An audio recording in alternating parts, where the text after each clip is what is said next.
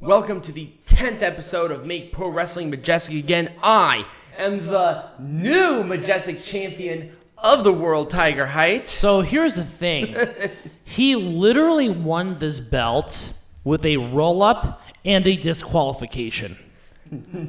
That is literally the most bullshit way of winning the Majestic Champion of the world. So other than your illustrious champion and butthurt former champion, let's talk about our first contest of Hell in a Cell.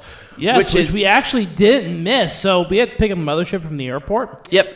And we thought we missed it because, of course, traditionally these events start at 4, but this one started at 5 for some reason. So I guess I was not a problem with because number one, the pre-show match we didn't do a prediction on, right. So we weren't missing anything. Right. And also we didn't miss the pay-per-view, so we didn't have to sit there and watch the pre-show. So I was really excited about that.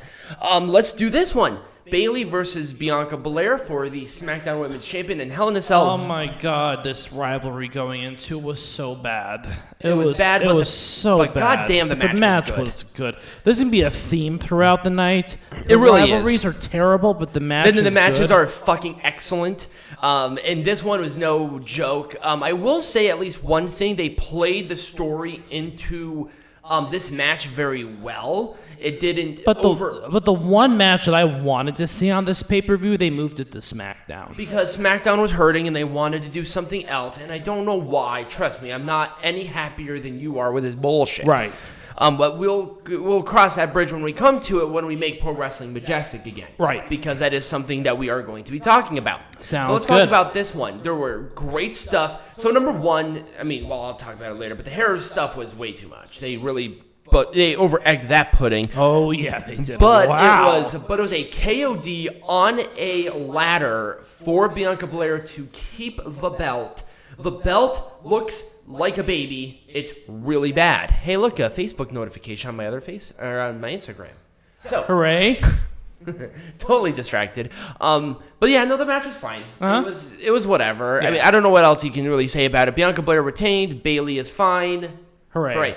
Oh, what about the history-making thing? Bianca Belair was the first woman. So she's the first non-horsewoman to be in a Hell in a Cell match. Yep. So every other match. Every other women's Hell in a Cell match had only those 4 horsewomen in it. Right. Sasha Banks. Up until tonight. Right, up until tonight. Sasha Banks, Charlotte Flair, Becky Lynch, or Bayley. Which I think is really cool. The first time someone outside of those 4 was in that match. And that was fun. Let's make this majestic again. Peanut Gallery. Mick! All right, let's talk about Drew McIntyre, Bobby Lashley. How do you make this majestic again? Here's my issue. I feel like this was a gigantic wasted opportunity for Kofi Kingston not to turn heel. And for someone to return. Brock Lesnar. Right. Now with Drew McIntyre not in title contention, who the fuck can face Bobby Lashley? Right. And also, Bobby Lashley needs an opponent for a really cool little event called SummerSlam. And I get it, there's Money in the Bank, but who the fuck is going to face him at Money in the Bank? Nobody. I don't know. Build something for WrestleMania. We can go with not a WWE champion on a goddamn card. Oh no, they're gonna have WWE Championship match. The fucking Bobby Lashley versus his Drew McIntyre's poop or something. I swear to God. It's gonna be Bobby Lashley versus MVP in a steel bed match because they fuck each other. I'd be curious about that, but so yes, with Drew McIntyre out, I just don't know who you would put in this opportunity whatsoever. Once again, here's WWE booking themselves into a gigantic corner. I'd love to see who Bobby Lashley is going to face between now and SummerSlam, because we know who's going to face SummerSlam. Right. I'm sorry, there's no other person who can face him. Who is going to face him in Money in the Bank? Right. Who is? I don't know. Unless they do a multi-man. But at the same time, why would you do that? Because you already have multi-man matches happening. Right. Because you have Money in the Bank matches. You got to have your Money in the Bank matches at Money in the Bank, right? Right. Thick! That's why I hate gimmick pay-per-views. Right. It's stupid. Let's book ourselves into a corner. Right. Okay. Here's my thing. They're obviously going to continue this rivalry. So they're going to continue this until SummerSlam. Yes. Why wouldn't you wait until SummerSlam to do this? Let's build a really good fucking show and really good shit, and then do that at SummerSlam. Yeah. Or, then they build up this pay-per-view and they ruin it with a disqualification. Right. Instead, okay, here's my thing. If you wanted to do this with a weird bullshit finish, why don't you have them just beat the crap out of each other to where the referee just throws out the whole match, but they just continue and continue and continue, where it's like, oh my God, a match cannot contain them. Right. That would be great, and then you automatically set up like unsanctioned or no disqualification match for later. They're obviously just being way too. And obviously they're being retarded this. because they can't do this shit correctly. Like, once again, we make this Majestic again, but it's not fucking hard. I already booked a great fucking rivalry there with just them changing the finish of the match. Or how about you save Charlotte for SummerSlam? Because really. Charlotte has nothing left to prove. Here's the thing, is that someone who is, they should not have like the same person perform multiple of the same matches with consecutive pay-per-views. No, they're gonna do that. I know, because that's WWE's MO. There should always be a different opponent at each pay-per-view. The only time you should do a repeat is when someone wins the title from somebody else, and there's a rematch clause. Right.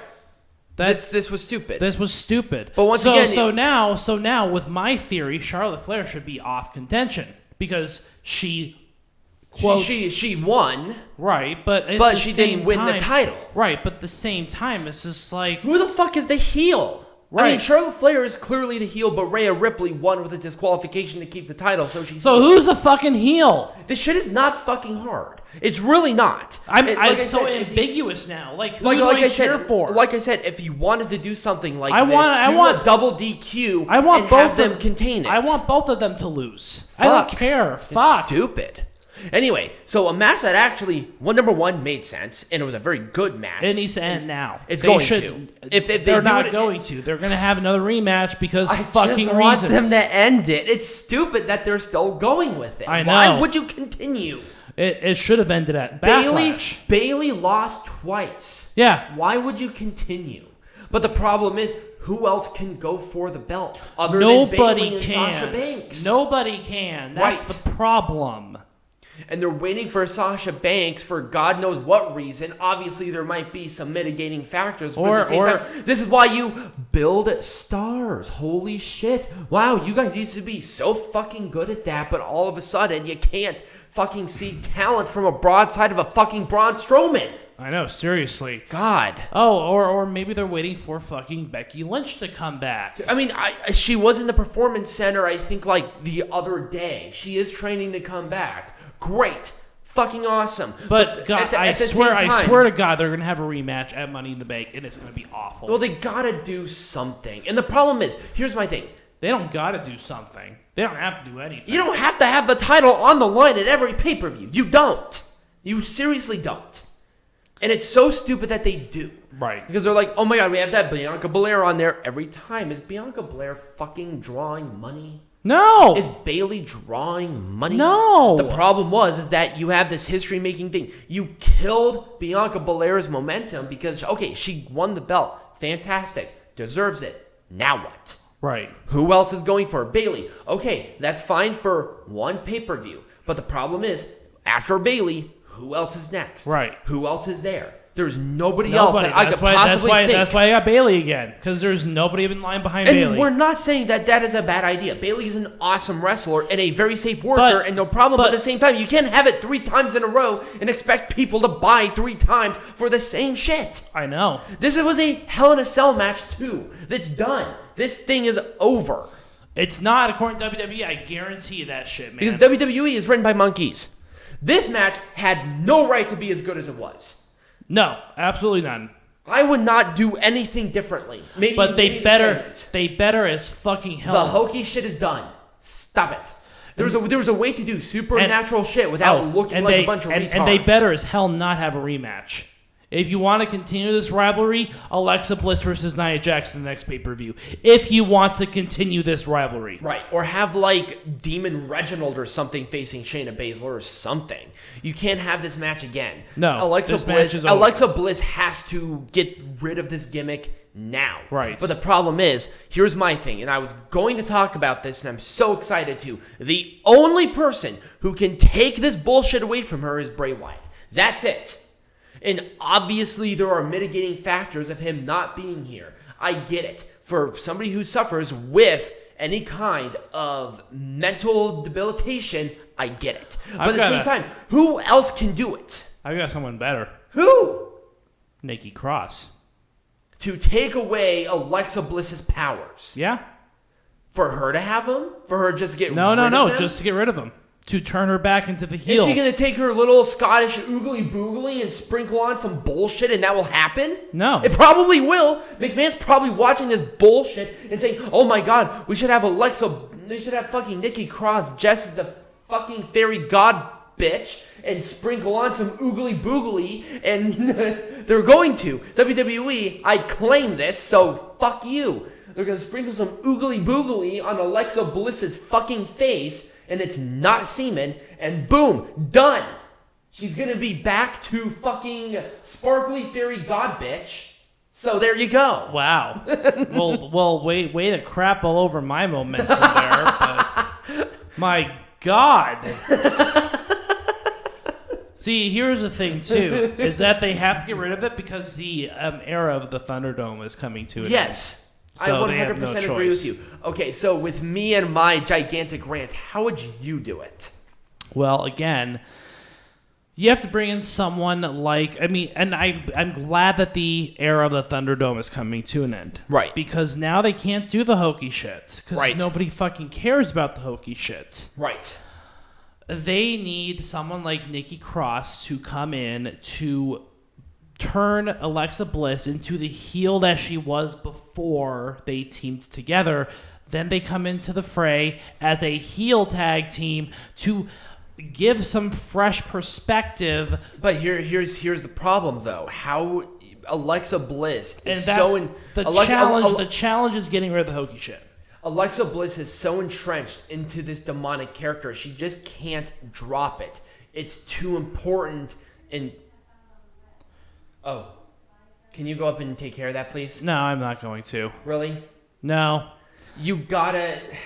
Our Alexa's going off because they keep saying her name, but the problem is she's so distracting. I know. So anyway, with Bliss, unfortunately, it's so instrumental to her character, you just can't drop it. There has to be a way for this to break. You gotta break her out of this. Unless Nia Jax and Shayna Baszler go into like the other world to get the soul of Alexa Bliss back. Unfortunately, I would be okay with that. Unfortunately, though, they're a little too late to that. They have to do something very drastic to get rid of it, because Bray Wyatt stuff isn't even going to work against her. So here's because they can't do the hokey shit when you have live fans in attendance. Okay, so how long do they have until they have to go back on like tour? 2 weeks. You can do something in 2 weeks. You can. You can, yes, but it has to be very drastic. Yes, it would have to be very drastic. I think the thing is that either Nia Jax or Shayna Baszler or both or Reginald have to go in there and see all of it and do a cinematic. That's the only way to do it. They have to face the Alexa Bliss of this in a cinematic match that takes up an hour of Raw to get like the soul or her out of this state. That's the only way to do it. In fact, that would be the best way to do it. Because otherwise, it's not going to work. Right, a cinematic would work in this situation because you got to get her out of this. She just can't drop it. That's the problem. I think I kind of got all of it out of there. This match was very good, though. I can't really say anything bad about it at all. Let's talk about Cesaro and Seth Rollins. Well, number one, this match shouldn't have happened. I think it should have stopped at WrestleMania. Yep. They continued it because I think they got cold feet with Cesaro. Well, number one, they jumped the Cesaro going for the Universal title way too soon. Mm-hmm. Roman Reigns is still way too white hot, and I think Cesaro is still the guy to beat Reigns. Who else can do it? Right. Nobody. Exactly. But Cesaro needs a shot. He needs another shot, but the problem is that they already fucked up. Right. Now, at least with Cesaro is that he passed out. He didn't actually get pinned. He didn't do anything. Right. Him losing to Rollins is kind of weird, unless Rollins is going for the Universal title, which wouldn't make any sense. This match meant nothing. And they did it because they did it. But the problem is that people watch it. And obviously we're talking about it here. And it just didn't make any sense. The problem is that, no, number one, I just kind of had a feeling that Rollins was going to win. Yeah. They were going to pull off some bullshit with Cesaro. Cesaro needs to fucking leave this stupid company. I know. If they're not giving him a shot at the WWE or Universal Champion at this point, like, why the fuck are you still here? They did it once in his entire time. Why once? Right. He's one of the best wrestlers that you've had in the last 10 fucking years. Right. And because of your weird-ass 20 monkeys with a fucking ukulele and a dildo booking, the problem is that now Cesaro means nothing. And Seth Rollins winning it just kind of put that stamp on there that Cesaro cannot hang with the big boys. Because Rollins is a big boy. Right. He's already established himself as being a great world champion contender, but Reigns is a heel. Right. And Rollins is a heel. It would make any sense for Rollins to face Reigns, and it would make any sense for Cesaro. Why would Cesaro get a Universal title match after losing? Right. So what's Reigns going to do? Is he going to wait until SummerSlam? I don't know. I just legitimately don't know what they're going to do. Unless they have Jimmy Uso facing Reigns for the Universal Champion. No, they're going to have Rey Mysterio face him again, because that's a good idea. Let's take him off of the pay-per-view, and let's do this. It's fine. Whatever. It was stupid. This was a really poor idea, but the match itself was good. And let's talk about our final one, Kevin Owens, Sami Zayn. So number one, a good rivalry going into it. Number two, a fantastic match. And number three, I'm done with it. Yeah, me I'm too. so done with this match. Keep these two on different brands for like 6 goddamn months. Because there's no way... They're always running into each other. They're always crossing paths. They're too good together. They're too talented separately. What can you do? Honestly, they want these two together clearly. But it's like, I'm done with it. I'm absolutely done with it. Yep. Oh, and then before though, we should also talk about the fucking Universal Championship match, which was supposed to be on the pay-per-view, but they decided to compete with not only a hockey playoff game, but also with fucking AEW.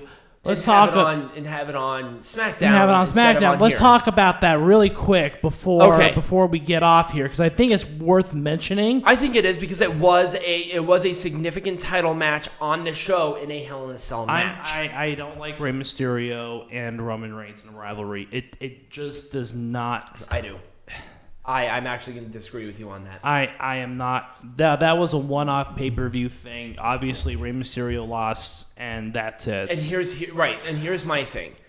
And now the rivalry itself was fine going into it. I like the fact that with Rey Mysterio going into it for the sake of Roman Reigns injuring his son, a very easy, clean rivalry. Rey and Dominic need to be in the tag team title picture. I don't know. They're tag team champions. They're not in the title picture for the tag team titles. They're not anywhere in the tag team division. They're always involved in Roman Reigns bullshit. This is the first interaction. The Usos faced Rey Mysterio and Dominic Mysterio for the tag team champions. That's fine, but Reigns went in and interfered. Dominic attacked Reigns, and Reigns threw Dominic out. I don't know why. Maybe Dominic is somewhat hurt. I don't know. But I feel like with Rey Mysterio being Rey goddamn motherfucking Mysterio facing Roman Reigns, that should have been on this pay-per-view. Yeah. That would have sold some tickets. That would have done something. Or selling tickets is colloquial, obviously. That would have put butts in seats. People would have been interested because, number one, it was a good story going into it. Number two, a Roman Reigns match is very good. Number three, a Rey Mysterio match is very good, especially for the title and in Hell in a Cell. And actually, the match itself was good. I watched it. It was a really good match. I liked it. But, of course, that's the only reason I ever wanted to watch that pay-per-view. Honestly, if it wasn't my job, I would have watched Hell in a Cell because I didn't care about any other match except for the Rey Mysterio and then Drew McIntyre's match. Don't care about that one. Really? No, I saw that 4 times. I don't give a fuck about... At least with the Rey Mysterio Roman Reigns thing, it was fresh. I don't give a fuck about Drew McIntyre and Bobby Lashley for the 4th fucking time. At WrestleMania, that should have been it, but they didn't do that because they're morons. Great. Now they're done. So, I definitely think it should have been... I fucking hope they're done. It should have stayed on Hell in a Cell. Why did they do that? Because they were trying to compete with the fucking playoffs. The problem is, when you're trying to compete with the playoffs, don't compete with the playoffs. You're going to lose every time. Every time. There's no way you can win. Even when it was 1999, blah, blah, blah, the numbers don't lie. They were always down. Right. They were always down at that time because of playoffs. I'm sorry, WWE, you cannot compete with other sports because you said it yourself. You're not a sport.